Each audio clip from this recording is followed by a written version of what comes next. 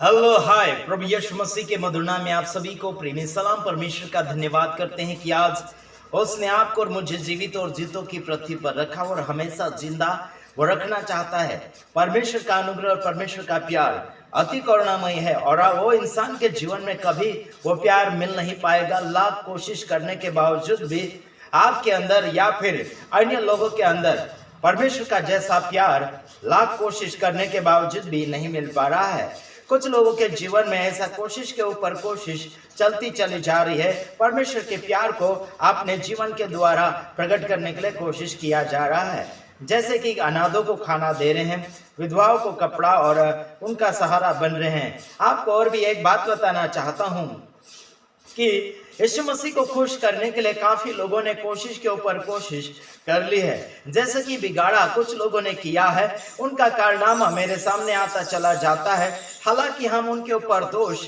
नहीं लगाते हैं, यानी कि जो दोषी है उसका दोष ही हम साफ सुथरा करने में लगे हुए रहते हैं। जो दोषी है उसे क्या हम निर्दोष कह सकते हैं? बिल्कुल नहीं, बल्कि जो निर्दोष है उसके ऊपर दोष नहीं लगा सकते हैं। हालांकि उनका कारनामा बताते हुए आपके सामने हम संदेश के ऊपर संदेश पेश करते चले जा रहे हैं। आपको क्या लगता है कि हम ना बुनियादी बातों को आपके सामने लाते हैं? बिल्कुल नहीं, बुनियादी बातें और सच्ची बातें और सबूत वाली बातें आपके सामने हम पेश करते चले जाते हैं। आइए हम कुछ और बातों को आपके सामने पेश करना चाहेंगे जिसमें आपको कुछ खूबियां नजर आएगी और उसमें सुधारा करने के लिए भी आपका मन हो सकता है, उत्साहित हो सकता है, बल्कि आप तैयारी नहीं कर पाएंगे क्योंकि आपको डर रहेगा कि कलीसिया शायद टूट ना जाए।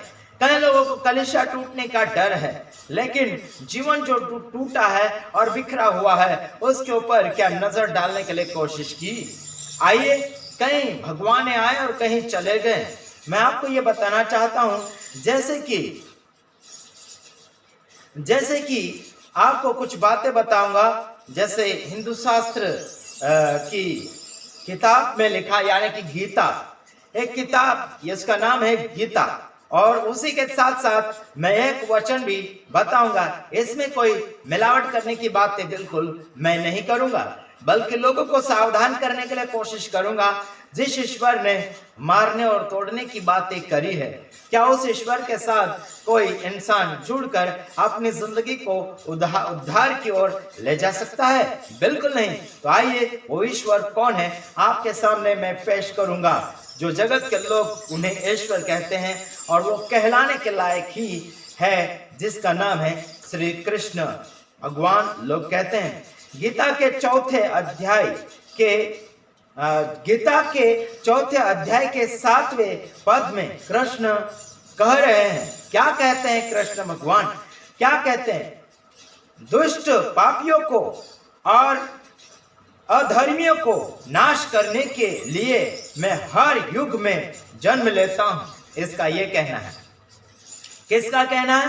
कृष्ण भगवान का कहना है कि दुष्ट पापियों को और अधर्मियों को नाश करने के लिए यह हर युग में जन्म लेता है, ऐसा करके लिखा गया है।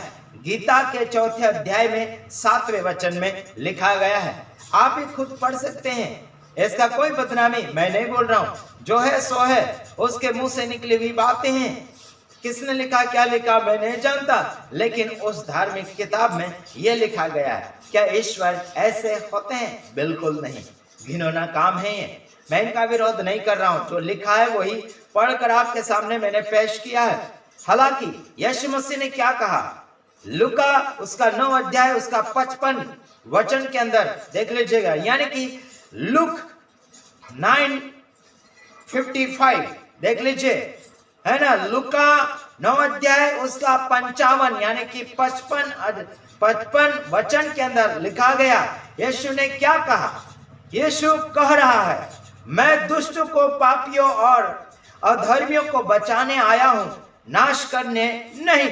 यह यीशु मसीह का कहना है। यीशु मसीह का कहना है कि दुष्टों को और पापियों को नाश करने के लिए नहीं, बल्कि बचाने के लिए आया है। उनके पाप को मिटाने आया है, उनका उद्धार करने आया है, जिंदगी को जिंदगी बताने के लिए आया है। क्या मैं आपको गलत रास्ते लेते चला जा रहा हूं क्या? बिल्कुल नहीं। उन लोगों के ऊपर और उन भगवानों के ऊपर हम उंगली उठाते हैं जो पापियों को नाश करते हैं और अधर्मियों को नष्ट करते हैं और हर युग में पैदा होने का दावा करते हैं और हर एक लोगों के ऊपर एक कब्जा बनाने के लिए कोशिश करते हैं। मैं उन लोगों के ऊपर उंगली उठाता हूं, यानी कि दोष लगाता हूं। जिस किसी के अंदर दम होगा तो मुझे फोन करके अगर बता दें कि तुम्हारे धार्मिक किताबों में ऐसी ऐसी बातें लिखी है जिसमें लोगों का भला होना चाहिए, कोई बता दे। मार तोड़ हो रहा है, तेरा मेरा धर्म का मुकाबला चल रहा है, तेरा मेरा जात नेत चल रहा है। एक लड़के ने पानी पी लिया किसी मास्टर के मटके से, तो उस बच्चे की हत्या कर दी गई राजस्थान के अंदर। क्या ये धर्म है? हिंदू धर्म के ठेकेदारों, ऐसे लोगों को सिखाओ जो आपके धर्म में कारनामा काला नजर आ रहा है। मैं किसी धर्म का पक्षपात नहीं करता, बल्कि जिस धर्म में तोड़ फोड़े, मार तोड़ और भेदभाव होता है, उसका टारगेट मैं बनाता हूं। इतना याद रखना, मेरे ऊपर चाहे जो भी केस कर लो, तुम सक्सेस नहीं हो सकते हैं। और तुम जैसे चुगलखोर और खाउदरे और चटरे कुत्ते जैसी जिंदगी को जीने वाले लोग जो है, धार्मिक जिंदगी को बनाते नहीं बल्कि जिंदगी को बर्बाद करते हैं, उन जैसों के साथ मैं टक्कर लड़ने के लिए आशीष राजकुमार गुजरात की धरती से पुकारता हूं। और इतना याद रखना, मसीह भाइयों बहनों को जितने लोग सता रहे हैं, वो लोग जानते नहीं है कि एक दिन उनको घुटना टेकना पड़ेगा, और टेकना पड़ेगा। हम चिंता नहीं करते हैं, बस आपका इंतजार कर रहे हैं कि आप घुटना कब टेकेंगे और कब यीशु मसीह के वचन को आप स्वीकार करेंगे। यही तो हम इंतजार कर रहे हैं। और साथ ही साथ जितने पास्टर, सेवक, सेविका है, प्रभु यीशु मसीह के प्रचार को लेकर आगे की ओर बढ़ते चले जाते हैं, आप सच्चाई के साथ प्रकट कीजिए। हम आपके साथ हैं और साथ देने में माहिर आशीष राजकुमार गुजरात की धरती से बोलता है। अगर कोई आपके ऊपर विरोध करता है, हंगामा करता है, कोई पुलिस वाला हो गया है, कोई राजनीतिक हो गया, मुझे कॉल करो, हम उनसे टक्कर लड़ेंगे। और टक्कर लड़ने में सच्चाई को साथ में लेकर लड़ते हैं, बाइबल के वचन को लेकर लड़ते हैं। हम किसी विरोधियों को चुपचाप ऐसे ही छोड़ नहीं देंगे, बिना जवाब दिए हुए छोड़ नहीं देंगे, बल्कि मेरे पास सही रिपोर्ट और ताजा खबर आना चाहिए। और वह भी बाइबल के अंदर वाली बातों को लेकर कोई छेड़छाड़ कर रहा है तो जाके हम साथ देंगे, वरना बाइबल से बाहर वाला कार्य आप करते हुए पकड़ा गए और पीट गए, हम साथ नहीं देंगे। समझ में आ रहा कि नहीं आ रहा? बाइबल से मैचिंग हो रहा है कार्य अगर करते हैं तो हम उनका साथ देने में तैयार हैं, बाइबल के वचन के द्वारा ही साथ देंगे। कोई लोभ और लालच से मुझे बिल्कुल फोन ना करें। समझ में आ रहा कि नहीं? मैं परखने में माहिर हूं, इतना याद रखना।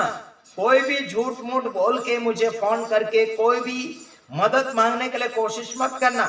जो सच्चाई है सामने की ओर रखना, और सच्चाई को मैं चेक करूंगा, उसके बाद में कुछ हम सोचेंगे आपके लिए हम क्या करना चाहेंगे और क्या कर पाएंगे, वह आपको हम जवाब के ऊपर जवाब देंगे। हालांकि यीशु मसीह ने पापियों को बचाने का एक उद्देश्य तैयार किया था, और उसी काम के लिए इस संसार में वो आया था, ताकि पापियों का उद्धार हो जाए और अधर्मियों को धार्मिकता मिल जाए। क्या धार्मिकता का मतलब क्या है? सच्चाई है। कोई धर्म नहीं दे रहे हम लोग। समझ आ रहा कि नहीं आ रहा? यीशु मसीह ने कोई धर्म बनाकर आपके लिए, मेरे लिए नहीं रखा, बल्कि जीवन बनाकर उसने देने के लिए कोशिश की, और दे भी रहे। क्या कर रहे हैं? दे भी रहे। लेकिन इस संसार में 33 करोड़ से ज्यादा देवी देवता इस संसार में आपको नजर आ रहे हैं, मूर्ति के अनुमान के हिसाब से या फिर मूर्ति के रूप में आपको नजर आते चले जाएंगे, जो बाजारों में सस्ते भाव में आपको मिलते चले जाएंगे। जैसे कि आपको बोलता हूं, सब्जी मंडी जैसा 20 रुपए, 30 रुपए, 40 रुपए, 50 रुपए और कई हजारों में उसका भाव किया जा रहा है। इसका मतलब है यह धार्मिकता नहीं बल्कि व्यापार खाना आ चुका है, डाकू का अड्डा बन चुका है। इसमें कोई जवाब देने के लिए आप कोशिश करेंगे? बिल्कुल नहीं। कोशिश के ऊपर कोशिश हम करते चले जा रहे, लेकिन बिगाड़ा के ऊपर बिगाड़ा वो करते चले जा रहे जो अपने जेब को हमेशा गर्मी में देखना चाहते हैं। ऐसा बिल्कुल नहीं होना चाहिए। हमारे साथी भाई बहन जितने हमारे वीडियो को फॉलो करते हैं और हमारे संदेश को पसंद करते हैं, आप सभी को इतना बताना चाहता हूं कि आप सच्चाई के साथ जब लड़ोगे, सच्चाई के साथ आगे बढ़ोगे, तो आपको तकलीफें बढ़ती चली जाएगी और इन तकलीफों को झेलना चाहोगे, तभी जाके सच्चाई को आप अपनाओगे और सच्चाई के साथ आगे बढ़ोगे, तब जाके आपको स्वर्ग तक पहुंचने में मार्गदर्शन मिलता चला जाएगा, जो बाइबल के वचन से और जिसमें सवाल जवाब हम नहीं करेंगे, प्रभु यीशु मसीह करेगा। आप जो चरवाहा बन चुके हैं कलीसिया के, आप जो लीडर और वक्ता बन चुके हैं कई मीटिंग और कई संस्थाओं के, तो आप सबका न्याय होगा एक दिन। थोड़ा सावधानी से, चतुराई से काम करने के लिए कोशिश कीजिएगा। मेरे भाइयों और बहनों, कलीसिया में बैठते हैं किस हिसाब से? क्या बस टाइम पास करते चले जाओगे? जो रविवार आपके नसीब में आया है, आपके जिंदगी में जो रविवार यानी कि जो मीटिंग आपके जीवन में आई है, क्या उसके लिए टाइम पास का समय काटने के लिए गए हैं? मेरे तमाम भाइयों बहनों, परमेश्वर के अनुग्रह में जीने के लिए समय नहीं काटना चाहिए वो, लेकिन समय को कीमती समझकर उस समय में कुछ तो हासिल कर लेना चाहिए, ये सोच कर जाना चाहिए। केवल घड़ियां देखो मत चर्च घरों में। कई लोग चर्च घरों में, आराधना घरों में, हॉलों में घड़ियां देखते रहते हैं और टाइम के हिसाब से समाचार देते रहते हैं। लगता है कि शायद आगे तो ना चला जाए। प्रभु यीशु मसीह ने कहीं भी समय देखने के लिए नहीं बोला कि समाचार देते समय। उसने कभी भी समाचार दिया, कभी भी सुसमाचार प्रचार को बांटने के लिए अपने आप को उसने तैयार रखा। क्या आप टाइमिंग है? क्या टाइम वाले हैं? क्या घड़ी वाले हो? हेलो, एक्सक्यूज मी, क्या घड़ी वाले सेवक सेविका है आप? आपको जिंदगी के सांसें लेने में गिनती और टाइम देखना पड़ता है। मेरे भाइयों बहनों, आपके साथ अगर परमेश्वर है, आपको जिंदगी के सांसें और टाइम का घड़ियां काटे नहीं देखना चाहिए। अरे अरे भाई, जिसने जिंदगी बनाई और जिसने टाइम बनाया है उसको देखो ना, उसका इंतजार करो, उसकी मानो कितना सुधारना है, कितना नहीं सुधारना। घर की खेती के बारे में जब सोचते हैं और वहां पर चले जाते तो क्या टाइम देखकर काम करते हो? है ना, काम देखकर काम करते आप, जल्दी जल्दी हो जाएगा तो अच्छी बात है। टाइम को नहीं देखते, वहां पर काम को निपटाने की धुन में रहते हैं। उसी प्रकार से परमेश्वर के कार्य में टाइम मत देखो, परमेश्वर के काम में कोई समय को मत देखो, लेकिन उस समय में आपको कितना झड़प कर लेना चाहिए, काम कितना निपटा लेना चाहिए, उसको मद्देनजर रखते हुए आपको देख लेना चाहिए। प्रभु यीशु मसीह पापियों को सुधारने आया है। प्रभु यीशु मसीह अधर्मियों को क्या करने आया है? बचाने के लिए आया है। ऐसे लोगों को बचाने के लिए आपका योगदान होना चाहिए, आपका योग्य दान होना चाहिए, उसमें योग्यता होना चाहिए, उसमें योग्यता हेल्प होना चाहिए। हमने कभी किसी को दान डोनेशन के विषय में कोई दबाव नहीं किया, है ना। हमारे एक भाई है, एक बहन है और कई ऐसे भाई बहन हैं जो गरीब गुरबाओं के लिए यीशु मानव सेवा में कुछ हेल्प करते हैं कभी कभार, और कुछ लोग हमेशा करते रहते हैं।